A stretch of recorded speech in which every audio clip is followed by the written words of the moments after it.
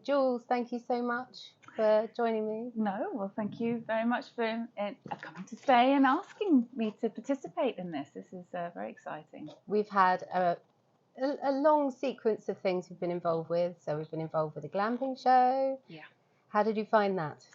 That was kind of a mixed bag of nerves and excitement, because I'm sort of getting, over the last few years, I've sort of got to know my product a bit better, so I feel a bit more confident about it. To begin with, standing up in front of a room full of people, there's no way I would have wanted to do it at all. But over the years, it's become a little bit easier. And I kind of quite like the buzz you get from it. But it's great to have an audience of people as well who are there because they want to hear what you have to say, and that's always good. So no, Absolutely. I really enjoyed it. Good. I arrived here at your stay and lovely meadow, couple of safari tents in the meadow on a farm, a working farm. Tell us a bit more about the farm.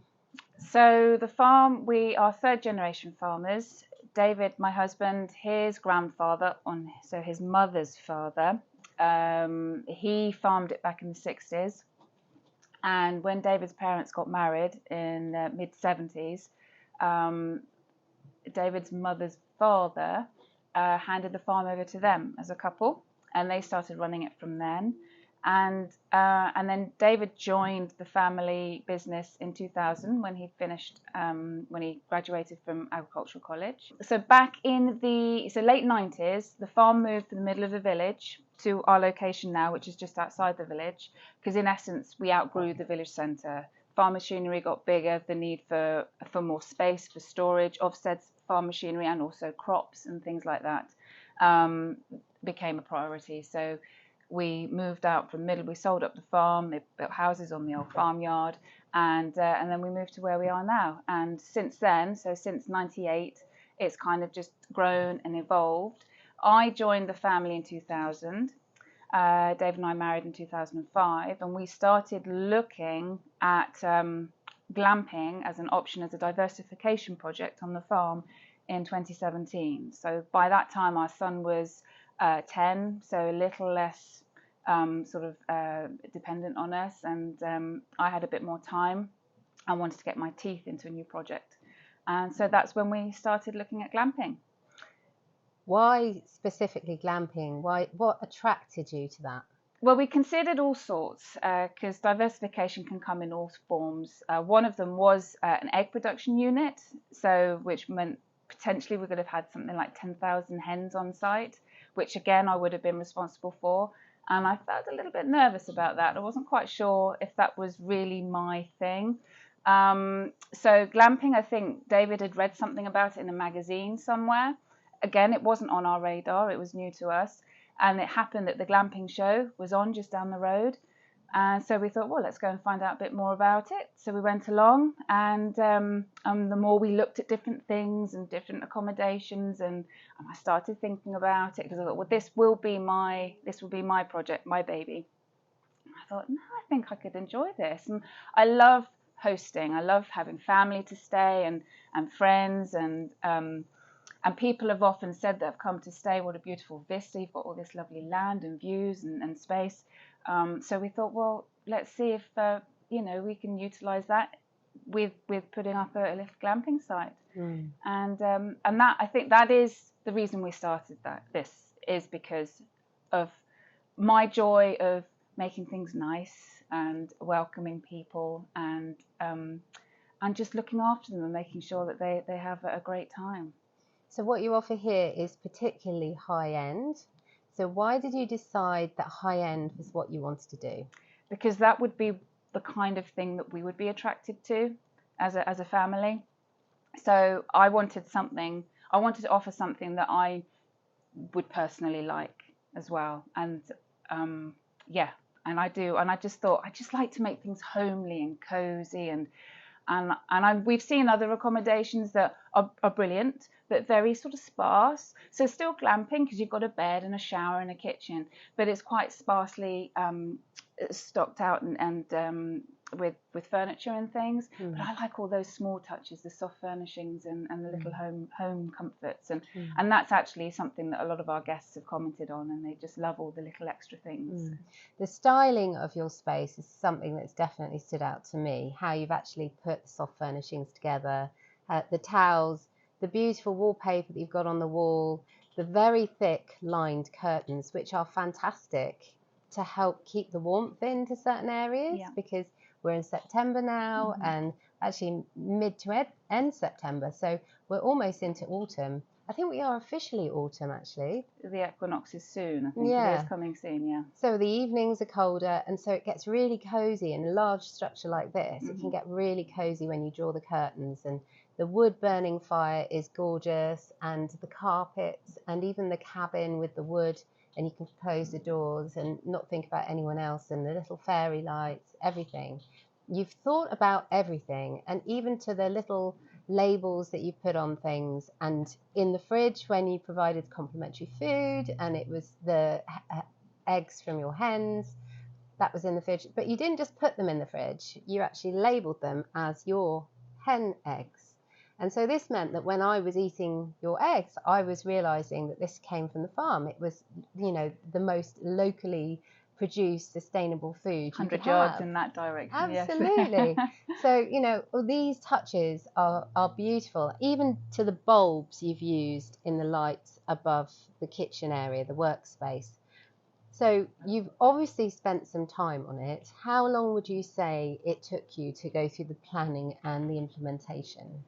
So we had to apply for planning permission on this site, which actually wasn't such an arduous process as we thought it was going to be, because we'd obviously heard all sorts of horror stories. It takes forever and years sometimes. So we thought, right, that's the first thing we need to do. And also we applied for more than we actually wanted to have on site. So we thought, well, we'll ask for 6, because if they say, well, you can have 3, then that's fine, because really we only want maybe 2 or 3 potentially. And the approval came back quite quickly, within, I would say, 4 months, 5 months, which I think is quite quick. And they approved all 6 with no objections. So we thought, wow, that's brilliant. So that was good. I think our site kind of helped, our location helped a little bit with that, because we don't really overlook anybody or anything. So I don't think there would be any objections, because we're not bothering anyone. So once we had approval for that, we started working on the infrastructure. So the power and the wastewater and the clean water coming in. And then we also, in the meantime, whilst all that was happening, the landscaping, so the planting of trees, and also we were doing a lot of homework with regards to the kind of structure that we wanted to go for. In 2017, it did fall in love with the safari tent. That was the first thing that kind of jumped out at me. So we kind of toyed between a couple of companies. We did our homework and asked a lot of questions, and I looked at lots of different designs, and chose the one we chose in the end, because we just liked the overall look of it. That was the reason why, I think, because the people we spoke to, everybody was so helpful, and it was great, you know. Can't fault the customer service, but at the end of the day, it was just the overall look that we preferred.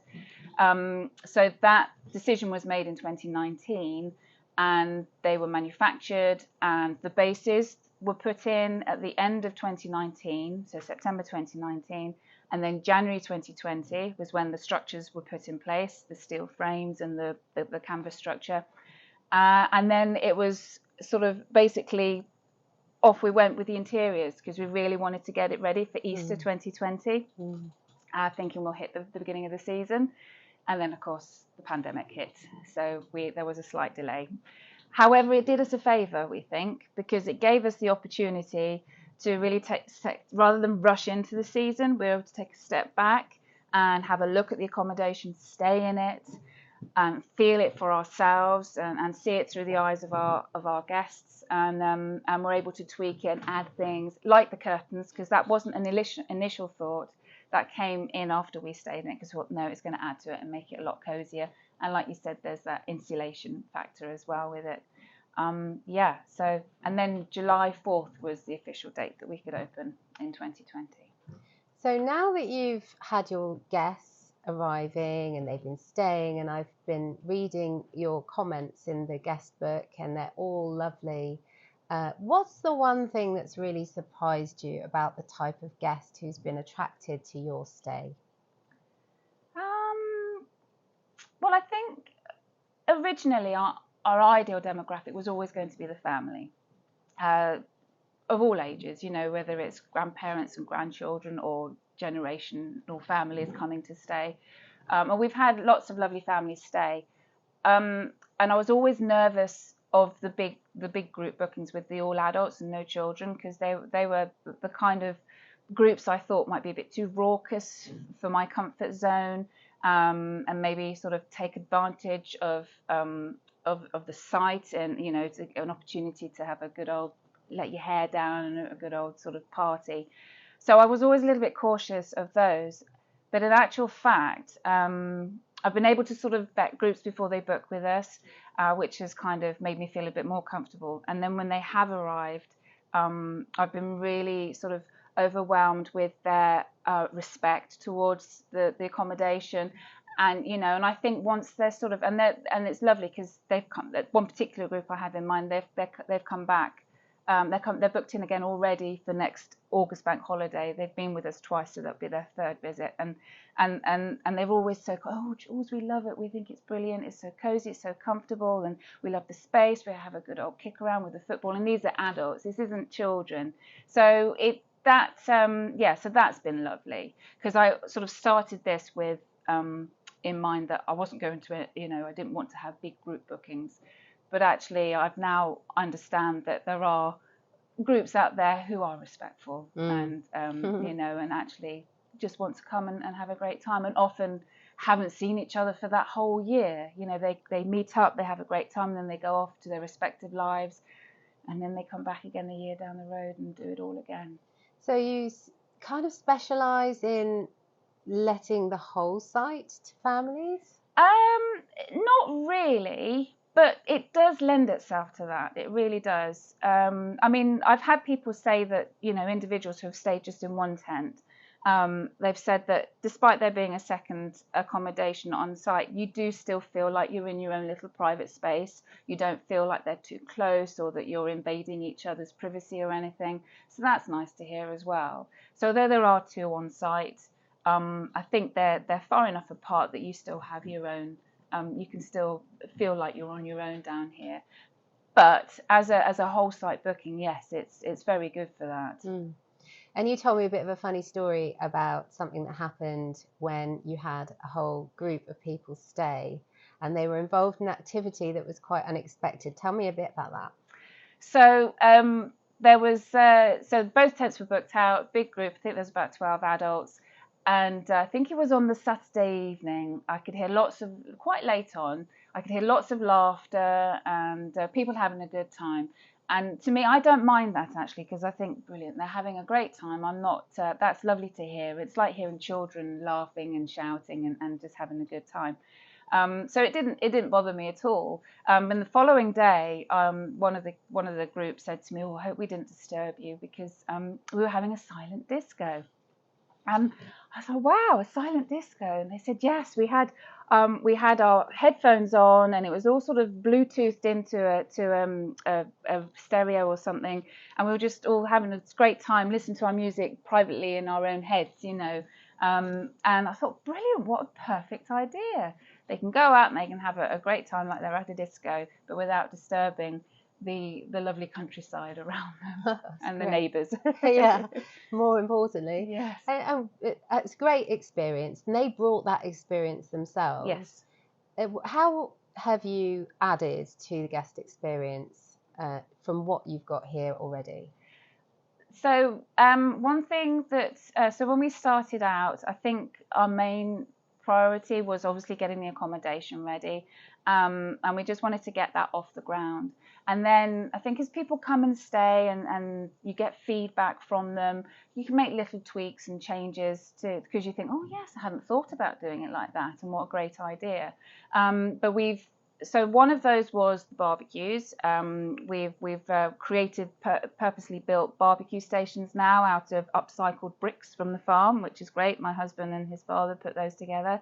And also this year we've introduced a farm tour, because a lot of people were asking us questions about the farm. What crops are you growing? What's happening over there? What's that tractor doing? And things like that. So we thought, well, yes, it's an ideal opportunity to educate people about farming as well, because, you know, there's a little bit of confusion out there. The media has a little bit of a spin on it. And I think, well, you know, this is us, hear it from the horse's mouth, you know. So we started to introduce that, and we added it to our booking form as a free farm tour. Tick here if you want to participate, or if you would like us to take you on one.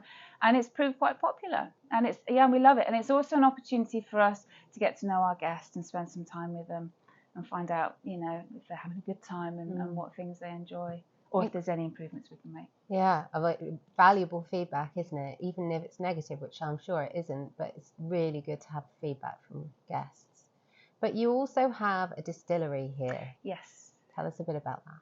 So the Rugby Distillery, they joined us, they approached us at the end of 2020 and asked if we knew anybody that had space. They were thinking about setting up a distillery. Did we know anyone locally who might have some space for them to do that? And so we're like, stop there. Here, we can offer you, we can accommodate you. So they came and had a look. A brilliant family. We got on really well. So they decided they were going to move in. Literally, it was a store that had old tractor tires in it, sacks of goodness know what, 10 years worth of dust. It was just a typical farm store. And they then spent the sort of beginning of last year, 2021, cleaning it out, making it look amazing. They've sort of painted all the walls, and my husband put an office space in there for them. And then they brought in their stills, and we've been watching their journey from afar. And yes, so it's actually a really exciting development, because they've done really well. They sort of hit they put a lot of effort in to getting themselves well known in the area as well. Worked really hard. And I'm hoping, because they're constantly wanting to evolve, so we've been talking about potentially being able to introduce this as additional offering for our farm stays and people doing farm distillery tours with them. I had a distillery tour yesterday, and it was brilliant.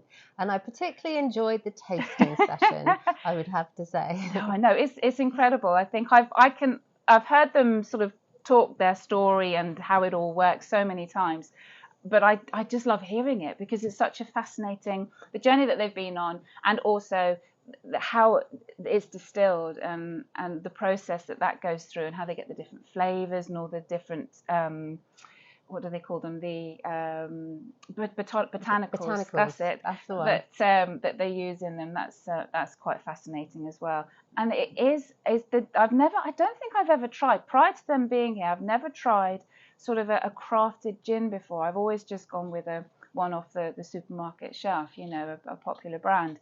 And there is a huge difference, and it's dangerously easy to drink, shall we say.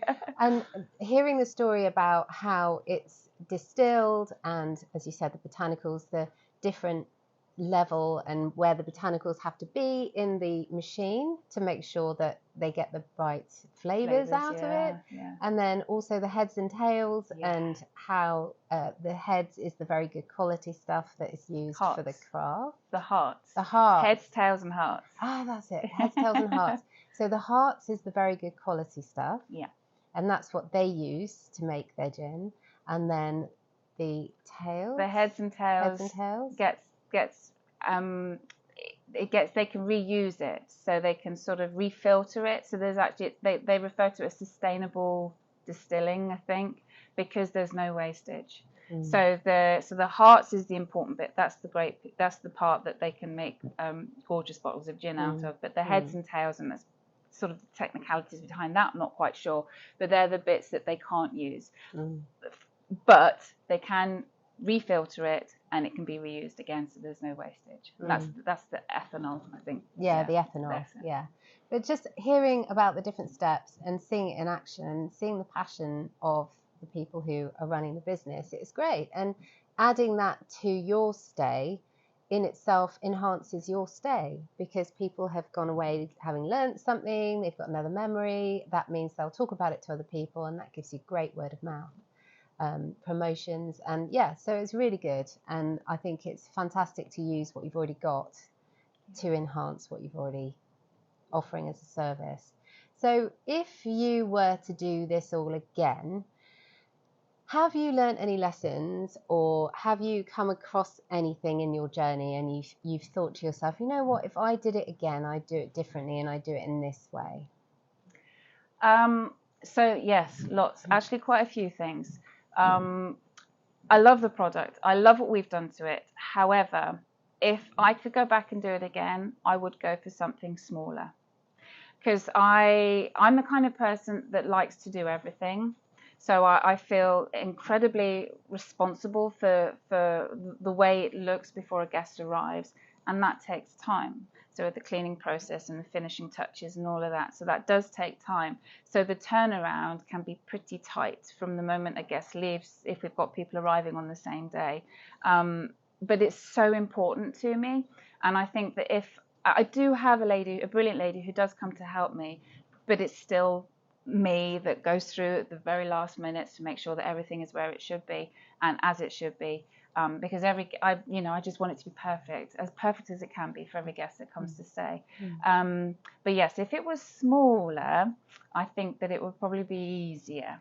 And a lot of people recently have been talking to me about couples and couples experiences, and I do like that as well. And I think that that's quite, because couples generally are going away for time together, whether it's a romantic time together or just space away from their normal daily routine. And I kind of I love the family demographic. I love the children coming and playing and enjoying the great outdoors and people learning about the farm. But I think a smaller place definitely would be a lot more manageable for me, because that's the kind of person I am, and I'm very reluctant to delegate work out or employ more to come in and help me, because it's my product and it needs to be a certain way. So that's one thing. The other thing is maybe have a structure that is best suited to all year round, because there's a lot of canvas structures out there now that've got the underfloor heating and the capabilities to stay open all year round. But especially in it tends to be January, February time now, it gets incredibly cold, and we have minus degrees figures during the night times. And although you're very cozy in the beds with all your big duvets, I just feel that this kind of structure is best suited for the spring through to the late summer, autumn time. So it does limit your sort of income and your season that you can offer. Yes. And going back to that whole finding it hard to delegate, that is something that I've had to learn to do for some aspects of it. So in order for me to enjoy the reason we set this up, which was the guest experience and being able to host and provide different activities for families to do when they're here, whether it's thinking about a little treasure hunt for the children to participate in or whatever it is. That takes time as well, but that's the side of it that I really like doing.